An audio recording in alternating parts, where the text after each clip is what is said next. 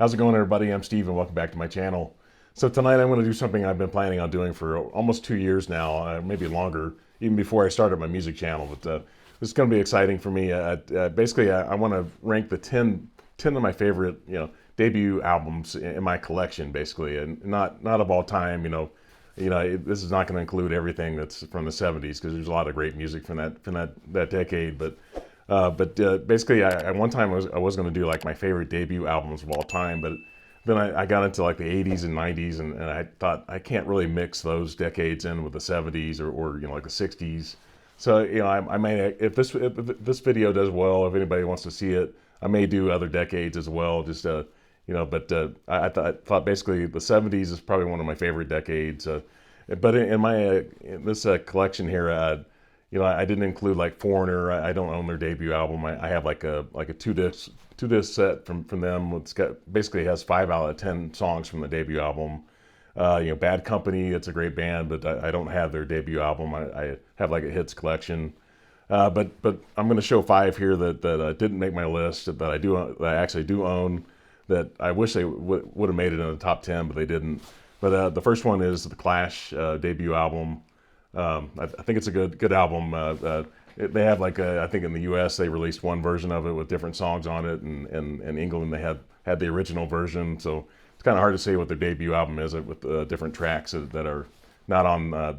This is the British version, but and also have Judas Priest, Rock-A-Rolla. That's a pretty good debut album. I didn't leave. I left Aerosmith off of my list, even though I think it's a good debut album, and I really love it. Aerosmith. I've done a ranking of their albums on my channel before. Another one, I just have like 2 more here, but another one is the Misfits, Static Age. Main reason why I actually really love this album. I think it's probably the best produced album by this band. But the album wasn't, it basically wasn't available for most people to hear until like the '90s.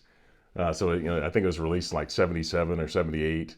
But I think it's a great album. A lot of these songs I had heard like on hit, best of collections before, but I just didn't want to include it because it's not something I've listened to all my life. But I think it's a good album though. And the last one here is actually one that I wish I could have put it in my top 10. It probably would have been in my top 5 somewhere. But it's AC/DC High Voltage. Main reason why, this is the international release, and the original High Voltage was only released in Australia, and then they after that they did TNT, and this is basically a combination of it has like 2 songs from the original High Voltage and has a lot of songs from TNT on it. So for me, the original AC/DC High Voltage is not nearly as good as the international one in my opinion. So I didn't include it because this is not really a true debut. It's an international debut, I guess, but it's not really the true debut from the band. So I wish I could include that, but I didn't. So number 10, this band, actually, the most recent video I did, I ranked their 5 studio albums, and that was a lot of fun. I'll link that at the end of this video, but it's The Police, Outlandos, D'Amour. This one, has Next to You, So Lonely, has the classic Roxanne, Can't Stand Losing You. That's got some great songs on it. The Police, they had like the other 4 albums are really really good too. But so I've got this at number 10. At number 9, I have Ramones from 1976. A lot of people would say this band started punk music. Some people would say that they were kind of the beginning of punk, and some would say the punk kind of was around before that. But Blitzkrieg Bop, Beat on the Brat, Judy is a Punk, I Want to Be Your Boyfriend, 53rd and 3rd. Today Your Love, Tomorrow the World. Some great songs. I actually got to see Ramones once at Lollapalooza in 1996. They were there with Metallica. They weren't so great that night, or that day, but still, I was glad I at least got to see them once in my life. At number 8, this one, this particular album is 50 years old now. It's Montrose.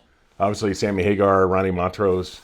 They had what, Paper Money was like the album after this, but this is like the one really great album from them. They may have, some people could argue there was other stuff that they did, but I really love this. It has 8 tracks on it. I think it's got a great sound for the time. The production's really great on it. Except the sound quality on the CD is not really as loud as it should be, I think. But as far as the production, I think it's pretty good. At number 7, a lot of people would say this band started heavy metal. From 1970, I have Black Sabbath. Obviously, the title track, Black Sabbath, The Wizard, NIB, Wicked World. I love that drum part at the end of Behind the Wall of Sleep. And obviously, basically, it's got the bass line there that from Terry Butler, Geezer Butler. But yeah, this band definitely influenced everybody. So many bands have said that Black Sabbath, they basically copied their sound over the years. It's something you can't get around. If you like heavy metal, you definitely hear Black Sabbath in a lot of bands. At number 6 for 1977, this singer has actually passed away now. It's Meatloaf, Bat Out of Hell. This is actually written by Jim Steinman. Meatloaf was basically just a singer. He didn't really do a lot of songwriting himself, but he did this. They did a Bat Out of Hell 2 and 3. That he did some other stuff too that people know him from, but this is definitely the one that his debut album is definitely the one that people remember. And it's kind of sad that he passed away so early. But I think he was like my dad's age. I think he was like literally like born like 2 weeks after my dad. So he was like 75, I think, when he passed away, or 74. But yeah, Meatloaf. At number 5, I've got another band from 1977. A lot of people consider this to be a punk band, but I think anybody can really enjoy this, even if you don't like punk. I've got Sex Pistols. Never mind the Bullocks. Here's the Sex Pistols. This definitely got some great songs in it. So many metal bands have covered songs from this band. Pretty Vacant, No Feelings, God Save the Queen, Anarchy in the UK, Holiday in the Sun, Problems, EMI, Bodies, 17. So many great songs on this. Let me know in the comments how you would rank these. Would you put this band in your top 10? Probably a lot of people wouldn't, but I think this album I've never gotten tired of. And this is like the remastered version with the original cover, the yellow cover on it.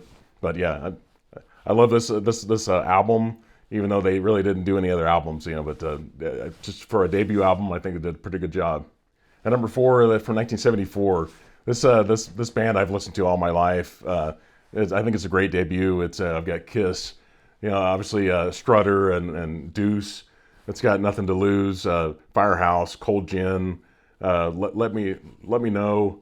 It's Black Diamond, 100,000 Years. A lot of great stuff on this. But this band, they did 20 albums altogether, and they're having their 50th anniversary this year. So yeah, Kiss at number 4.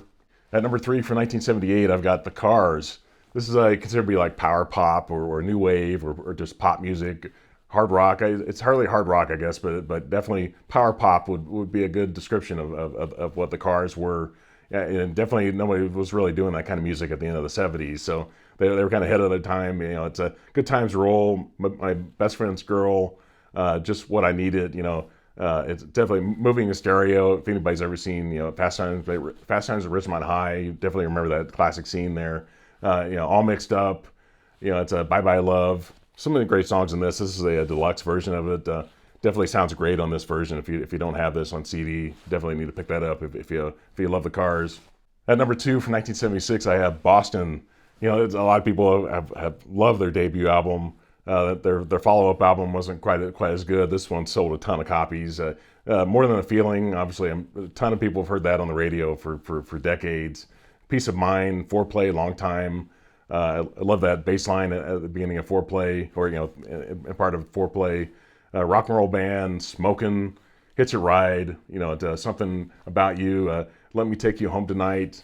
Some great stuff on this. And this album's really sold well. The band itself really hasn't done that great. They've had some good songs over the years, but definitely not. This is probably the only really great album that they have.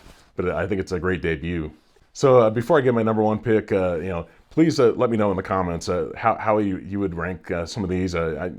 Basically, you don't have to have any of these on your list if you don't want to. There's really no wrong answers. Share with me what you like. It could be hard rock. It can be metal.